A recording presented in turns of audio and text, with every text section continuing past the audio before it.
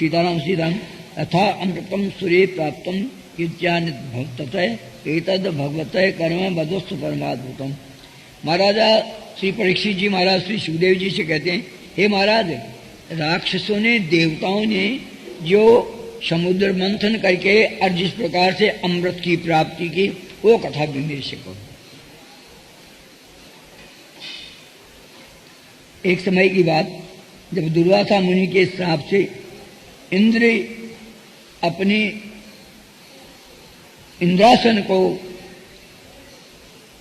त्याग करके और राक्षसों ने जब उनका इंद्रासन छीन लिया, तब इंद्र घबरा करके और ब्रह्मा जी के पास गए। ब्रह्मा जी से कहा कि अब क्या हाल होगा, क्योंकि राक्षसों ने हमको स्वर्ग से निकाल दिया और राक्षस जो है गुरुदेव, गुरु की कृपा से, श्री शुक्राचार्य जी महाराज के कृपा से राक्षसों का बल बढ़ गया है, इसलिए हम इस समय अनाथ हैं और अब क्या करें, कौन सी उपाय है। ब्रह्मा जी ने कहा, भाई भगवान की शरण में चलो। सारे देवता भगवान की शरण में गए, भगवान से प्रार्थना की। भगवान ने कहा कि हे देवताओं, देखो बुरे समय में अपनी बैरी को भी मित्र बना लेना चाहिए, क्योंकि कुछ समय जब समय खराब आता है तो अपना बैरी हो उसको भी मित्र बना लेना चाहिए।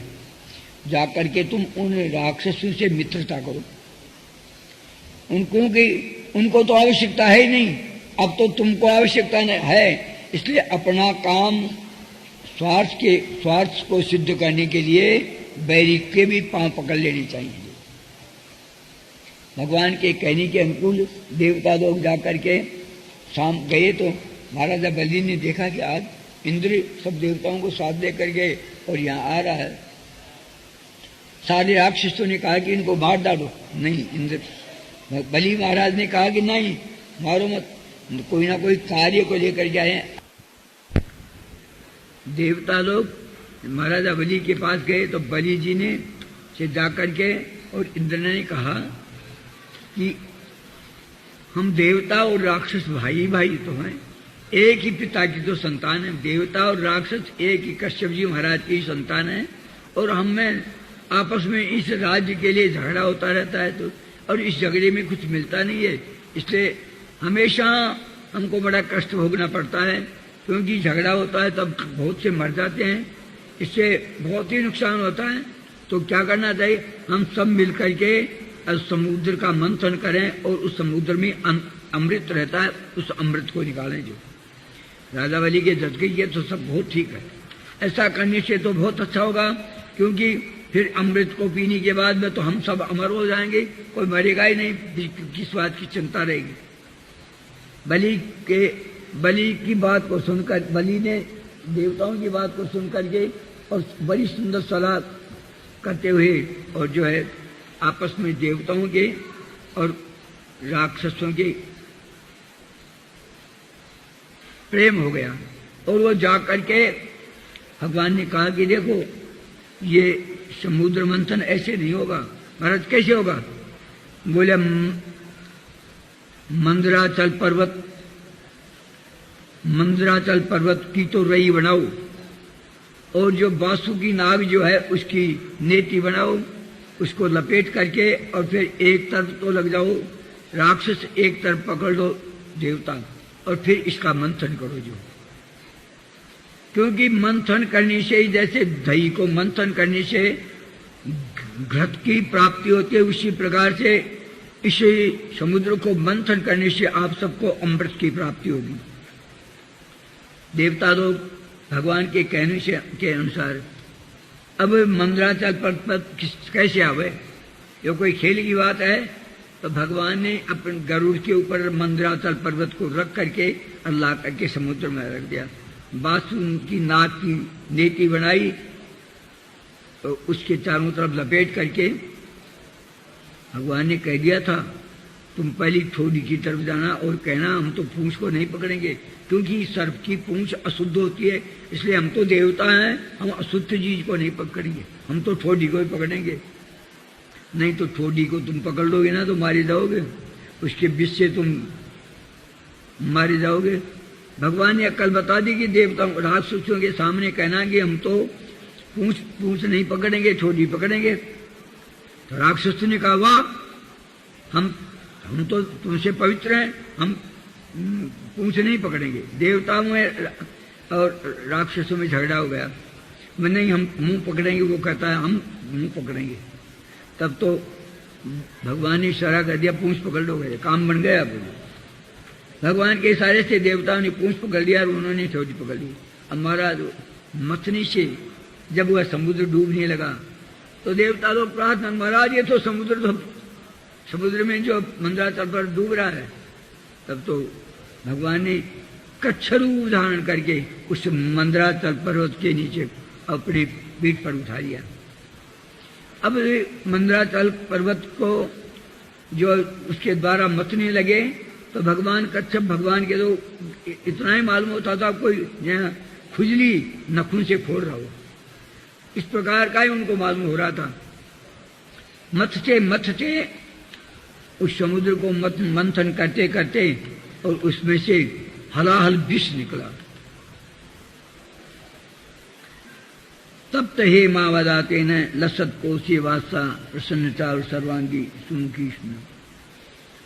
विष निकला तो सारे के सारे घबरा गए। बोले प्रभु, भगवान से कहने लगे अब क्या करें? बोले भगवान, भोले बाबा के पास जाओ, और कोई दूसरा जो है उपाय है ही नहीं। बोले वो क्या करेंगे? बोले वो पी सकते हैं इनको, इस विष को तो भोले बाबा ही पान कर सकते हैं। सारे देवता जा करके भगवान शंकर से प्रार्थना की। भगवान पार्वती जी बोले कि तुमको यही मिलेगा, ये तो सीधे हैं, भंग में मस्त रह रहे हैं और तुम्हारा कहना मान लिया इन्होंने। नहीं, मैं नहीं भेजूंगी। तो इंद्र ने कहा, देवी, परोपकार दूसरा का भला होता हो ना, तो किसी प्रकार से उसका भला करना चाहिए। भगवान शंकर ने कहा कि ये देवता मेरी शरण में आ गए और जो है गिड़गिड़ा रहे हैं, रो रहे हैं, इसलिए मैं इनका जो दुख रूपी अमृत है, उसको विष है, उसको पान कर लेता हूं। तो भगवान शंकर ने उस विष को ले करके रा कह करके और पी करके मैं का संपोट लगा। नीचे तो रा कह दिया और बीच में अमृत को विष को ले लिया, ऊपर से मैं का संपोट लगा दिया। इसलिए भगवान का नाम क्या हुआ? तो नीलकंठ भगवान की। नीलकंठ नाम हो गया भगवान का, वो गले में ही रह गया। इसीलिए जो ये सहस्त्रगठ किया जाता है, भगवान की इतनी गर्मी रहती है भगवान शंकर के, जो लोग भक्त ये मन में सोचते हैं कि भगवान की गर्मी किसी प्रकार से शांत हो, वो सहस्त्रगठ करके सहस्त्रगठ करा करके और भगवान शंकर का आशीर्वाद प्राप्त करते हैं और उनको बड़ा सुख होता है सहस्त्र। फिर समुद्र मंथन होने लगा, समुद्र को मंथने लगे देवता और राक्षस। मथते और जो है द्रव्यमयम परमगुह्यम वेशम यद्योग माया इज्जता बदंती, उसमें से मत्ते और कौस्तुभ मणि निकली। तो कौस्तुभ मणि सारे देवता बोले ये तो भगवान के गले में ही रहनी चाहिए। उस कौस्तुभ मणि को भगवान ने धारण कर लिया। इसके बाद में एरावत हाथी निकला। वह एरावत हाथी राक्षसों ने कहा कि ये एरावत हाथी इसको इंद्र को दे दिया जाए। फिर उसके बाद में कोमुद की गदा निकली, वो भगवान के हाथ में दे दी गई। इसके बाद में मत्ते और जो है लक्ष्मी जी निकली। तो लक्ष्मी जी के निकलते ही और जो है सारे देवता और दैत्य, मैं ले लूं इसको, मैं ले लूं, देवता और दानव जो मैं ले लूं। लक्ष्मी जी ने कह दिया सब चुप रहो। लक्ष्मी जी हाथ में माला ले ली और वह चारों तरफ देखने लगी कि राजा बलि है, लेकिन यह राक्षस है, देवताओं से बैर करता है, इसके गले में तो नहीं डालूंगी। फिर इंद्र के पास गई। इंद्र के को देख करके हाँ है तो ये राजा, देवताओं का राजा है ये, लेकिन रात दिन इसको भय बना रहता है। आज कोई ना कोई तपस्या करके कोई मेरी इंद्रासन न छीन ले, इसके पास भी ठीक नहीं। देखते देखते तो भगवान को देखा, हाँ ये है सुंदर, मेरे योगपति बनने लागी ये है, भगवान है। लेकिन ये आत्माराम है, ये किसी की, ये तो निर्मोही है, इनको किसी का मोह तो है नहीं। क्योंकि इनके पास इनको वर्ण तो कर लूंगी, लेकिन मेरी भी ये चिंता नहीं करेंगे। फिर भी लेकिन इनको ऐसा कह करके भगवान के गले में माला को डाल दी। बोलो लक्ष्मी नारायण भगवान की। लक्ष्मी नारायण भगवान का जोड़ा हो गया। फिर समुद्र को मथने लगी। भारत समुद्र में से मत्ते मत्ते 14 रत्नों की प्राप्ति हुई।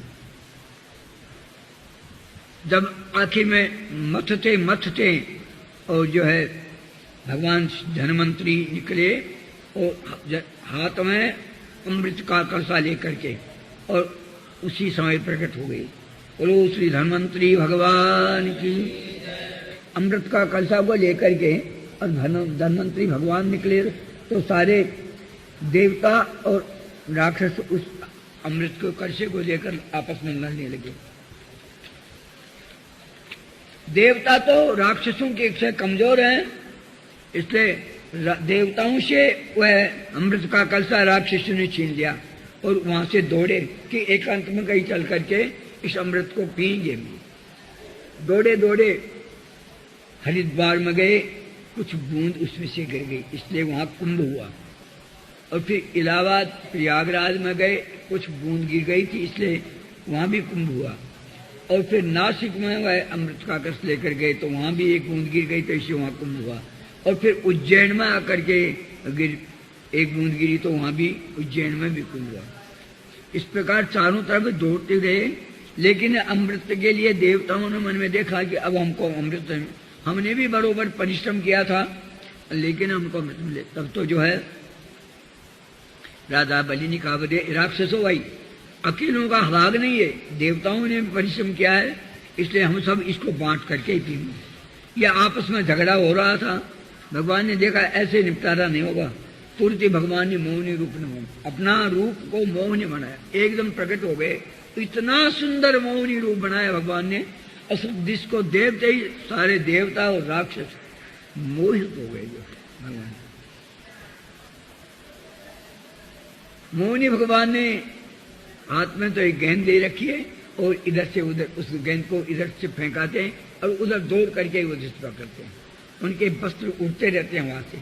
देवता और राक्षस उन स्वरूप भगवान के मोहिनी स्वरूप को देख करके और एकदम उनके बस में हो गए।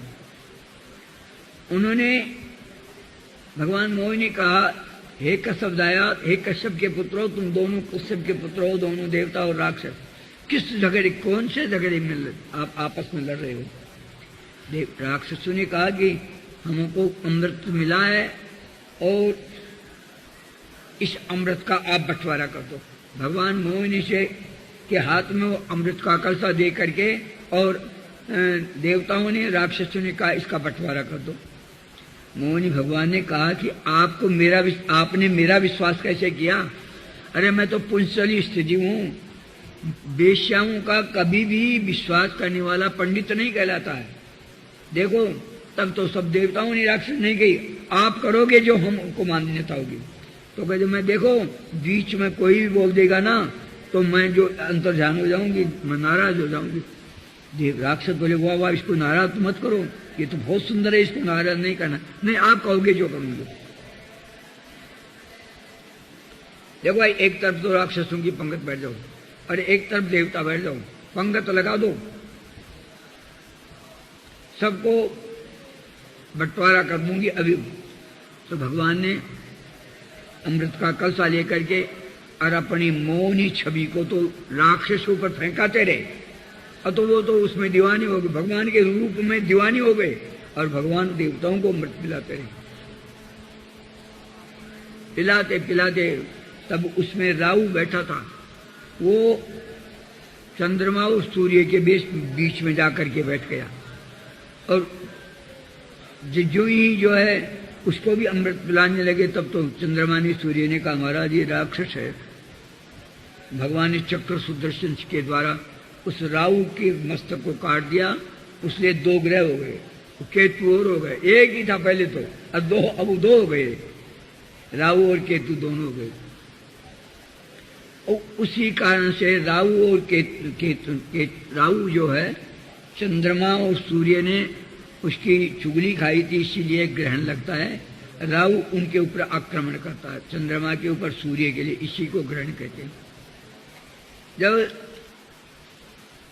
अमृत भगवान ने कहा, देखो भाई देव राक्षसों घबराओ मत आप, मैं ऊपर ऊपर का देवताओं को पिला रही हूँ, क्योंकि ऊपर का पतला रहता है ना अमृत, ऊपर का जो अमृत है वो पतला है, इसलिए इनको आप देवताओं को तुम पतला पर, और नीचे का गाढ़ा रहेगा ना, वो गाढ़ा ही जो अमर बनाता है, ये पतला अमृत अमर नहीं बनाएगा। तो देवताओं को अपनी मोहनी डाल करके राक्षसों के ऊपर, और भगवान सारे अमृत को पिला करके वहां से अंतर ध्यान हो गए। बोलो मोहिनी भगवान की।